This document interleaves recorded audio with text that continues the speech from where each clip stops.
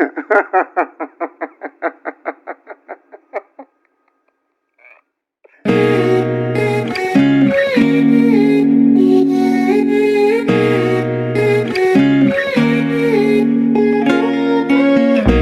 been on the low, I've been taking my time. I feel like I'm out of my mind. It feel like my life ain't mine. I've been on the low, I've been taking my time. I feel like I'm out of my mind. It feel like my life ain't mine. Let me tell you why. I know where you've been, where you're at, where you're going. I know you're the reason I believe in life. What's the day without a little night? I'm just trying to set a little light. It can be hard, it can be so hard, but you gotta live right now. Ladies and gentlemen, how y'all doing tonight? Join me while I explore the world both good and bad sides in this new day and age. Man, I usually never do a video this late at night, so this one is a new one for me. I never do a video this late at night, but since it was recommended and I seen it come up, it just dropped 7 hours ago. I'm gonna be acting to another Disturbed Reality video, man. Shout out to Disturbed Reality again for allowing me to react to his videos. And reply to me on Twitter. I enjoy reacting to your videos. I enjoy giving my opinion. So thank you so much, man. I hope you're safe. I hope you're doing well. I'm a little tired, so it made it. I seem like I'm so hyped like I usually am. I'm a little tired because it's so late. I didn't expect myself to be doing a video this late. So, yeah, man, we're gonna get straight into this video, man. Let's get started, man. You know, like I always tell y'all, man, these videos are opinions, just my opinions. Please don't take them to heart, and you know how I am. Let's get right into it.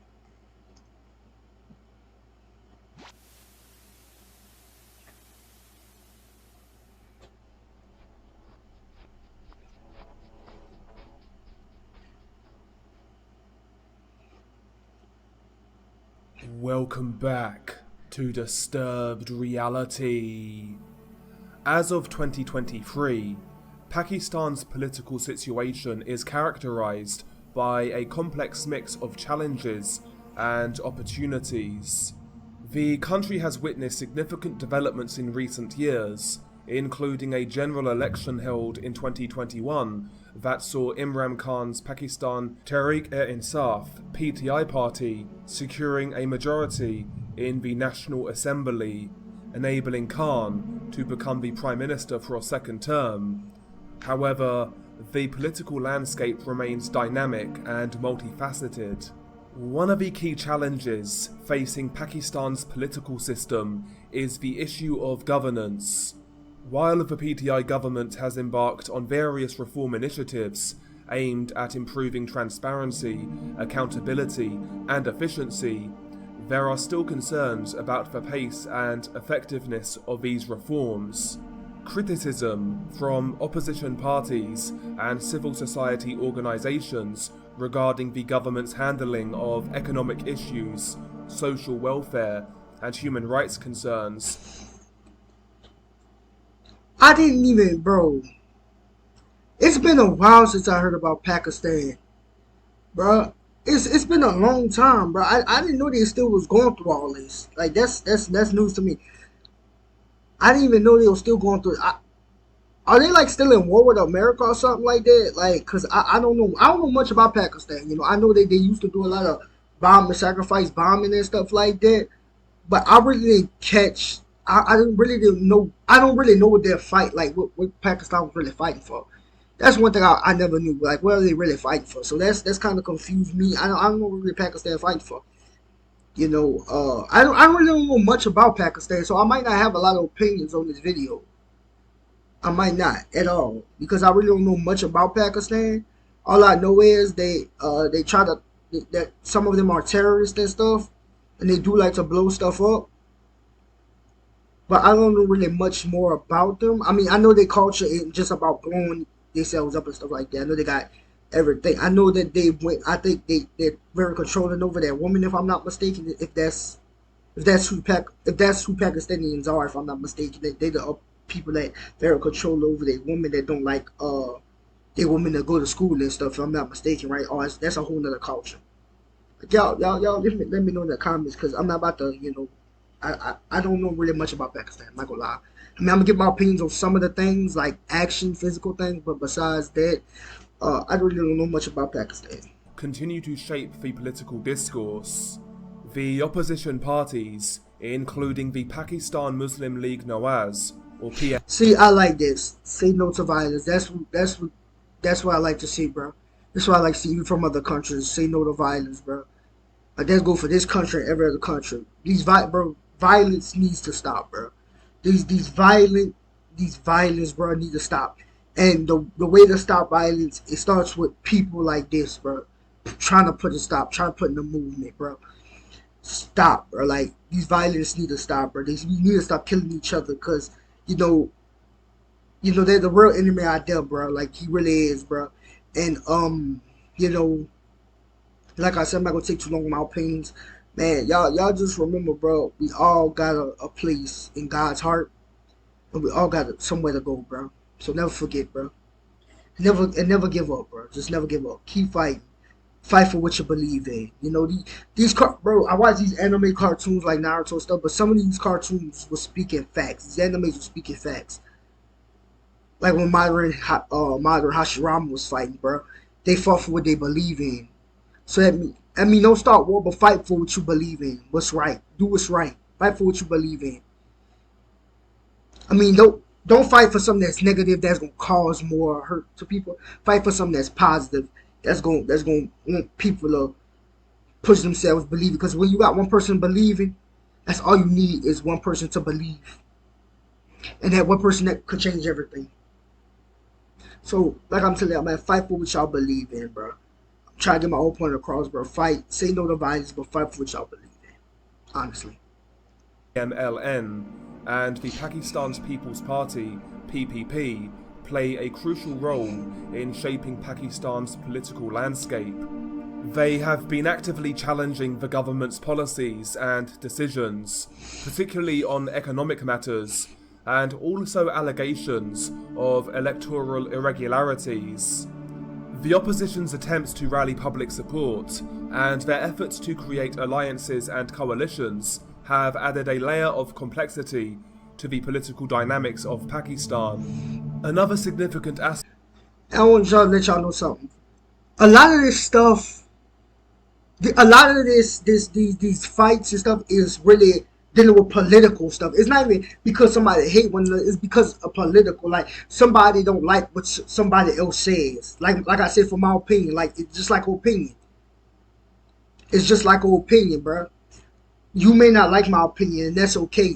But it don't gotta go to where you gotta start killing people so they could hear you, bro. That's not the way to go by it. That's not the way to do it, bro. Opinion is heard through mouth, and keep believing and keep pushing.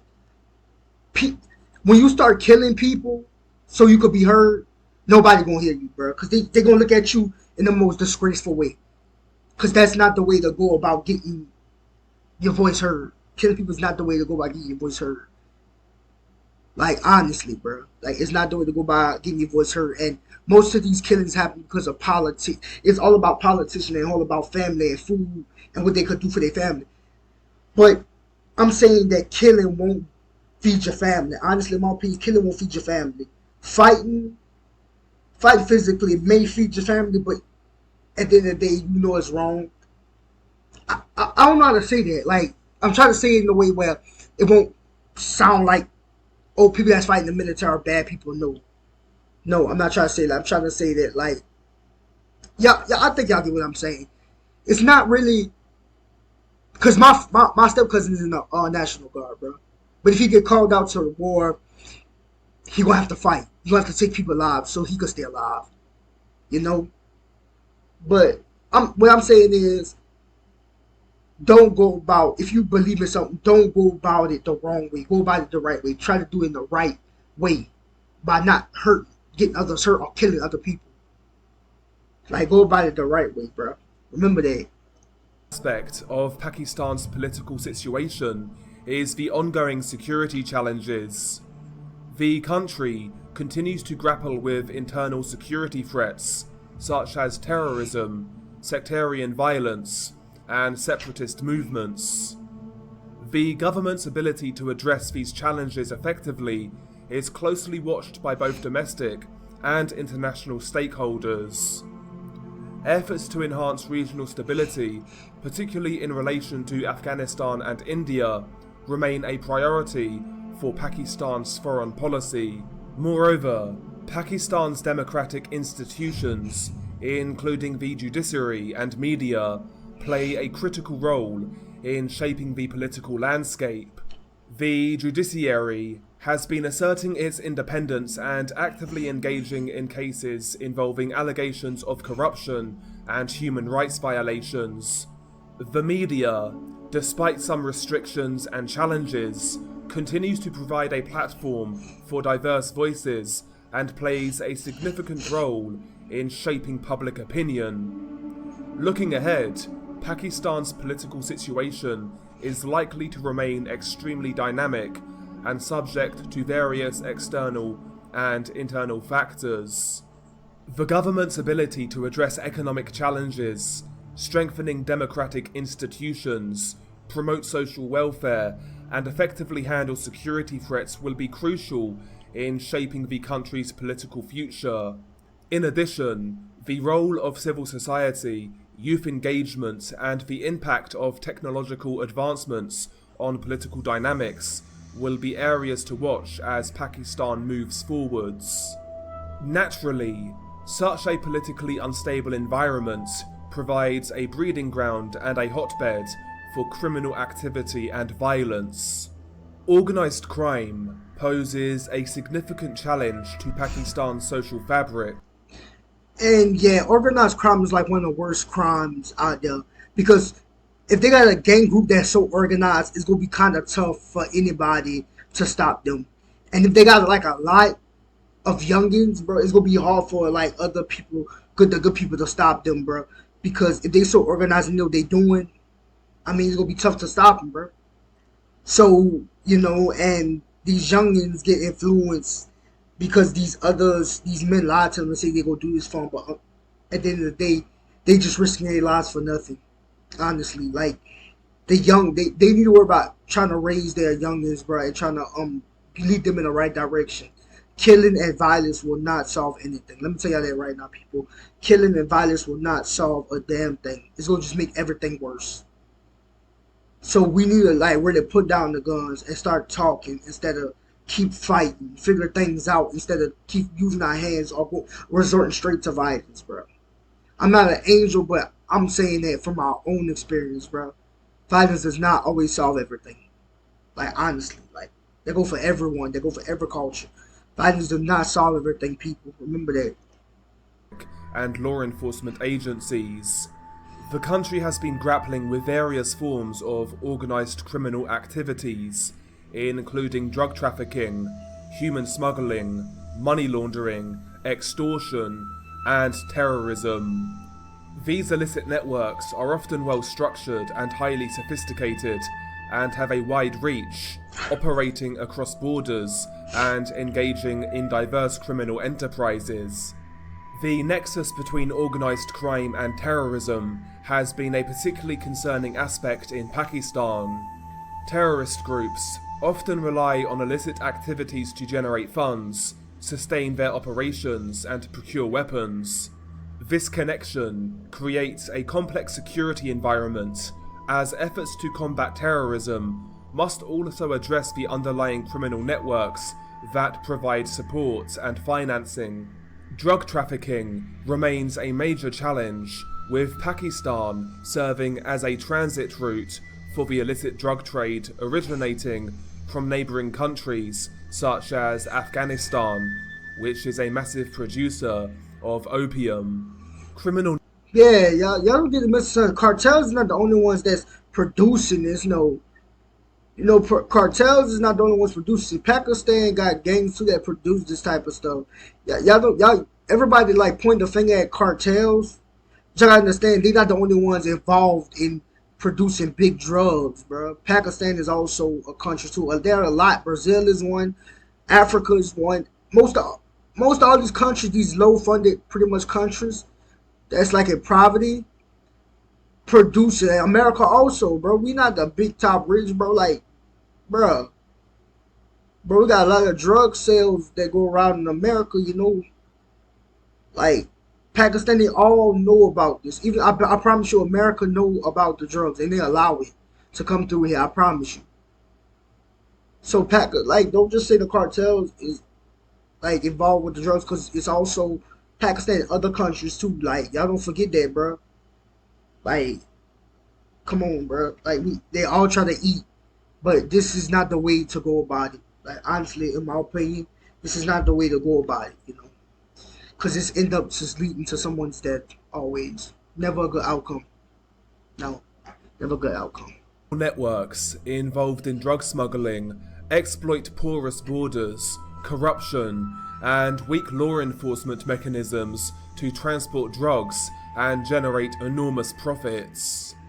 This trade has devastating consequences for Pakistani society, contributing to addiction, health issues, and societal unrest. Human smuggling is another pressing issue. Organised criminal networks facilitate... Okay, that one is a new one to me. Human smuggling, I didn't know. I mean, I know about human trafficking, but I didn't know they were smuggling adult men too. I didn't know they were smuggling adult men, bro. I thought mostly it was women. That's new to me. That's illegal migration, trafficking individuals for various purposes, including forced labour, prostitution, and other means of exploitation. Vulnerable individuals, including women and children, are often the victim of such crimes, leading to human rights abuses and societal dislocation.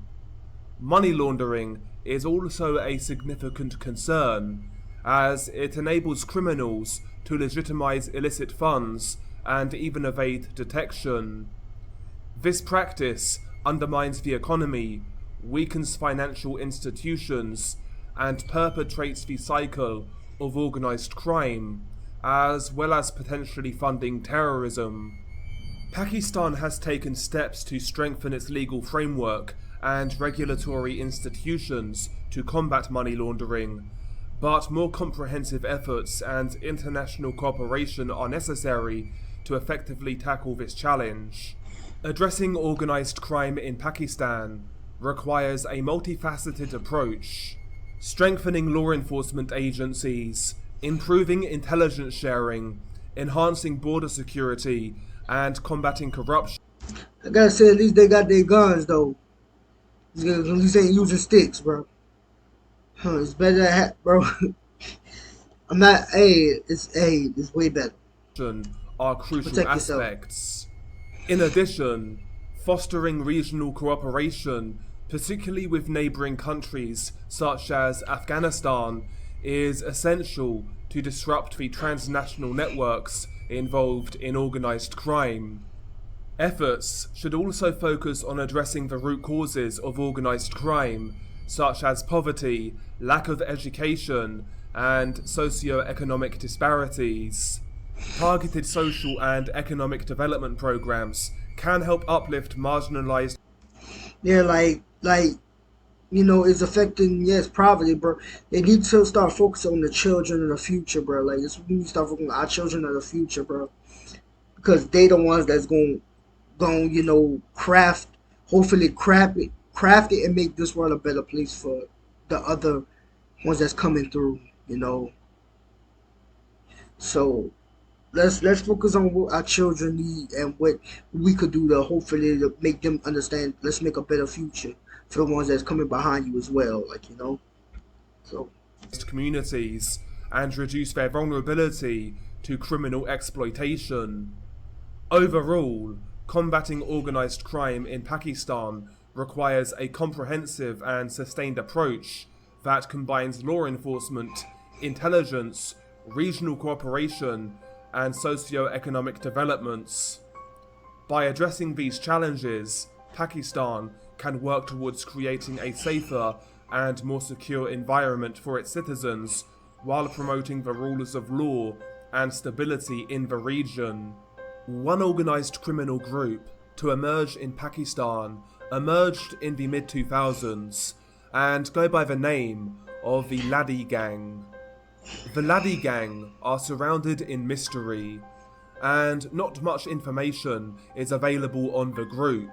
It is believed that the group started in and around 2008, and primarily they rely on criminal activities such as robberies and extortion as their main means of income, with also some reports of drug trafficking. Primarily, they operate in the Dera Ghazi Khan region of Pakistan. The last known ringleader of the Ladi gang was Khuda Bakash Shakrani, aka Kudi, who was wanted in over 30 cases by law enforcement agencies, including murder, before eventually being killed in a police encounter in July of 2021. The Ladi gang have been described by authorities and journalists as a bandit-type group, old-fashioned criminals who are no strangers to exercising sheer brutality. Kudi in particular was known for his ruthless nature, and hit the headlines in May of 2021 when a video went viral in Pakistan that highlighted his sadistic and psychopathic nature. The horrific video was posted on social media by the group, and it caused outrage among political leaders in Pakistan. See, that's what I'm talking about. This is not the way to. If you want to get hurt, this is not the way to go by it, bro. This is not the way. That's what I was talking about earlier, bro. This is not the way to go by it, bro. Find something different, bro. I don't care. I don't care about nothing. If you a gang, be a gang that's gonna support and go push for good things for the future of the children. Don't be like this, bro. Don't be like the cartels. Don't be like this, bro. Because at the end of the day, he lost his life. You took someone's life and you lost yours, and you have no right to take anyone's life. In my opinion, you have no right to take no one's life. I mean, he probably took his life because he tried to fight back, so he shot him. But he took someone else's life that he had no right to take. You know, it makes me sick watching other people take someone's life that can't fight back. I don't got a chance, you know. So it's just sad, bro. It's word is sad, bro. And you know, sometimes you all you could do is feel bad. No matter how hard you want to, you know, wish you could save that person. You can't, because you can't save them all, you know. Even though we wish we could. So, but this is not the way to go by. This is not the way to go by being hurt. It's not. It's the wrong way. Don't do nothing like this, bro. Because at the end of the day, it's not gonna be a good outcome for you at all. Because karma is a beat, and God will not let you slide. Take someone's life, you know. He will come for you. It's not gonna be right then and there or right now, but he eventually will come for you. So remember that, guys. You know, it's not the way to go about wanting to be heard. No, wrong way, very wrong way. Pakistan, with then Pakistani Prime Minister Imran Khan vowing decisive action against the group. Addressing a launch ceremony in layer of the Insaf Sehat Salahut card, he said he was saddened to see poor people being killed in this barbaric manner. He said that the Rangers had been given instructions to bring the perpetrators to book and provide all possible assistance to the police. Now these dacoits will not be spared. No one will be allowed to pester area residents any longer, he promised, adding that, if needed, a police checkpost will be established in the area. The Ladi gang had abducted 3 people from the Taman Kosa area, and they were alleged to be workers of a local cement factory with ties to a rival group. Allegedly, the Ladi gang targeted workers of a cement factory due to the fact that they had been attempting to intimidate the factory into giving them a contract where locals affiliated with the group would be employed by the factory. However, despite the attempted strong-arming, the factory refused the Ladi gang's request and ignored their threats. It's also stated in news reports that several who worked for the factory were actually informants who were against the gang. This would prove to be a huge mistake.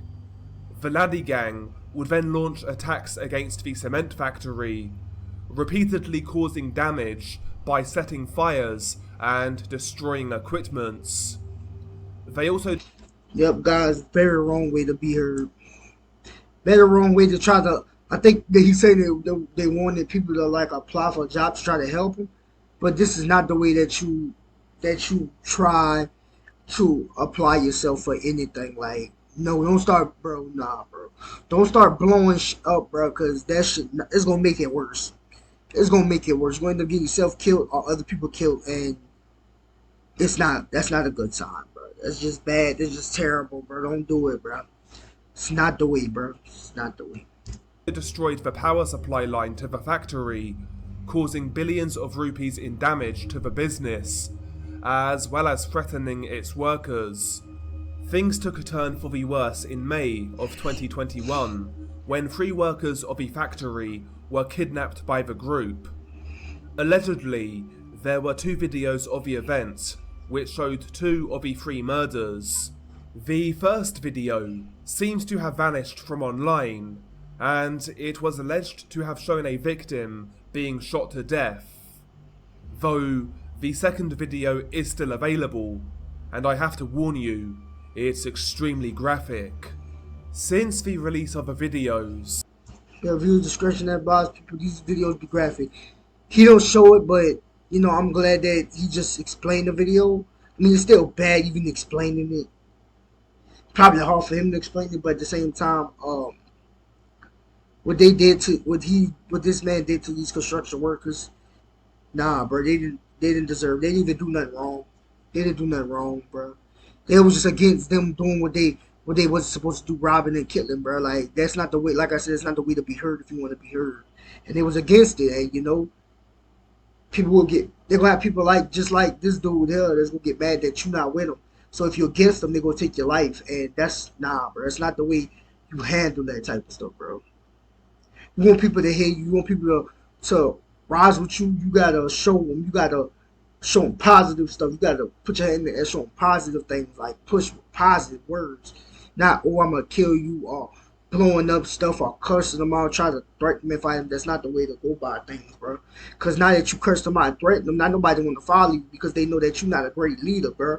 Like, you gonna get us hurt or killed, bro. So who want to follow someone like that? I sure wouldn't. I don't know about y'all, but I sure wouldn't. So, and like I said, these dudes are construction workers, hard-working men. And y'all took their life. You probably had a family and a daughter or son. You took their life, so now they're not going home. And it's not fair, you know? So it's not fair. Really not. the Laddie gang have been under immense pressure from law enforcement in Pakistan. As mentioned, leader Khuda Bakash Shakrani was shot dead in a police shootout in July of 2021. Several members of the Laddie gang were also arrested in the following months after the release of the gruesome video. An operation was also launched against the Laddie gang outlaws, where several of their hideouts were destroyed and criminal tools such as weapons were confiscated. Since the killing of ringleader Khudi and the subsequent arrests made since, some in the media and in positions of power claim that the Laddie gang are no more. Though this isn't the case. Although they have been greatly hit by the criminal sanctions, the gang still do operate and terrorize their local community. They still do have an element of power in the area in which they operate. In March of 2022, armed robbers of the Laddie gang barged into the Border Military Police's Kushabah police station unchallenged. They roamed the police station, visited different sections of it, and even made a video of their incursion and uploaded it to social media. They even held 2 police personnel hostage during their raid. In the video, which went viral in Pakistan, the members of the Laddie gang alleged that they used to pay a certain amount of money to the Kushabah police station each month in order to let them roam the area freely and commit acts of crime. According to various sources, BMP Kushabah police station personnel and officers had been under constant threat by the Laddie gang. The Laddie gang continues to pose a challenge to the law enforcement agency. And that's crazy. It's like the first time I'm even hearing about these guys. I didn't even know they did this much. I didn't even know they had a gang like that in Pakistan. That's new. That's news to me. Like, I didn't know. After they have regrouped following their leader Khuda Bakash Shakrani's killing in 2021. The Laddie gang continues to pose a challenge to the law enforcement agencies after they have regrouped following their leader Khuda Bakash Shakrani's killing in 2021. But nevertheless, what happens in the actual video? The video began to circulate in late May of 2021 and was said to have been originally uploaded and shared in various WhatsApp groups, before eventually making its way to Twitter, Facebook, and then subsequently Gore websites. The video was shot in the Dera Ghazi Khan region, and the glory clip that showcased horrific, inhumane torture rocked Pakistan. The backstory behind the video suggests that the victim, who some referred to as Ramesh, was a worker at a local cement factory. He was accused of conducting a contract killing of a man named Haroon, who was likely part of a Laddie gang for 1.5 million rupees, which roughly works out at $18,000. The victim was accused of cutting the nose and hands off Haroon before eventually killing him. The video was recorded to scare and intimidate locals of going against the Laddie gang. The video itself is 2 minutes and 12 seconds long, and the setting is that... So the thing I'm getting, are they trying to help the community, or are they just trying to scare them and trying to act like bullies? Because that sounds like more being a bully than anything. Of a desolate desert type area, and the video is shot during the middle of the day. As you play the video, you see the victim, who is sitting on the dirt ground. It appears that he has been beaten, and it looks like some of his clothes are stained in blood. A man can be seen standing over him, grabbing his head intermittently while talking to the victim and accusing him of the murder of Haroon. It's said that the man conducting the interrogation may be Laddie gang leader Khuda Bakash Shakrani, though due to the camera quality it is hard to ascertain whether that is the case. It look like him to me. It like a split image to me. On my feet, it like him. I'm sorry to say like that, but it did like him. It does look like him, however. Yeah, it does. And various reports online state that he was involved in the murder. The interrogation itself lasts for around 45 seconds, and throughout, you see the victim grimacing, presumably due to torture that he suffered prior to the recording. Judging by the victim's reactions, he also seems to have accepted his fate. He doesn't plead or beg for his life. The expression of acceptance and hopelessness on his face speaks 1,000 words. The man who is interrogating the victim is wearing what appears to be a brown robe with combat pouches. After around 45 seconds into the video, the man who is interrogating the victim pulls him to the ground so that he is laying on his back, and then he pulls a long combat knife from one of the holstered pouches. He then kneels down next to the victim and grabs his left arm, and he proceeds to slice at the victim's elbow and cuts deep into the joint. The victim writhes in pain and lets out a few groans. The killer cuts around the flesh and in between the elbow joints.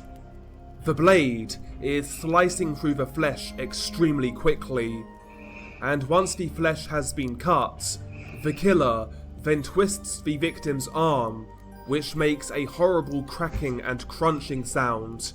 It looks like he's dislocated the victim's lower arm from his elbow.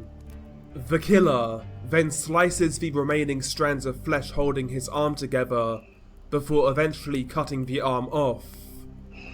The victim can then be seen moving his stump, as he looks at it in pure shock. He continues to make light groaning and crying sounds throughout. Throughout the victim's torturous ordeal, another man can also be seen holding him down. The same process is then repeated with the victim's right arm, and once again he writhes in pain as the killer slices in between his elbow joints with the combat knife. After a few more seconds, the victim just lays on his back and stops struggling as the killer then severs his right arm. Somehow, after losing liters of blood and after both arms were severed, the victim is still fully conscious. The killer is following the exact same steps as to what they accused the victim of when he allegedly killed Haroon. The knife-wielding psycho wasn't done there, however. He moves around the victim and kneels down over his head, and then slices the tip of his nose off. You see the victim close his eyes and grimace as this is happening. The executioner then slices both of the victim's ears off in a matter of seconds, while casually throwing the severed ears on the ground. Once again, the victim grimaces as this is happening, though he has barely made a sound since the severing of his right arm. The killer then addresses the cameraman while waving the blade around, stating that this is a warning for those who go against the Laddie gang. So yeah, these guys are more like bullies than anything. That's what these guys was like. I see more of a bully than anything. I've seen reports that potentially a longer version of the video may exist, as it states in various news articles that the victim then had his throat slit, which eventually killed him. However, the copy of the video in which I received ends after the victim has his ears cut off. Also, as mentioned, it is stated that a second video exists of one of the other captives being shot to death, though I have not been able to locate this video or a potential longer version of the murder of Ramesh. It's an extremely graphic video that has seemed to be making the rounds again recently, as several subscribers have recommended that I cover the case in the last few weeks. The case initially seemed to have gone under the radar, which surprises me given its brutality. It's an extremely graphic video that I recommend you avoid. But anyway, that is the video. I hope you enjoyed it, if you can enjoy this sort of content. Thank you to those who recommended this case. It was actually quite a hard video to make due to the lack of backstory behind the Laddie gang, but I did what I could. I found as much information as possible, so hopefully you enjoyed this video. And as always guys, thank you for the support, it is much appreciated. If you want to get in touch, please feel free to follow me on Twitter. Link will be in the pinned comment and you can drop me a DM. My DMs are open. And also, if you could do me a massive favour, if you could drop me a follow on Twitch, that would be much appreciated. It would definitely mean a lot. But, as always, stay safe. And I'll catch you on the next one.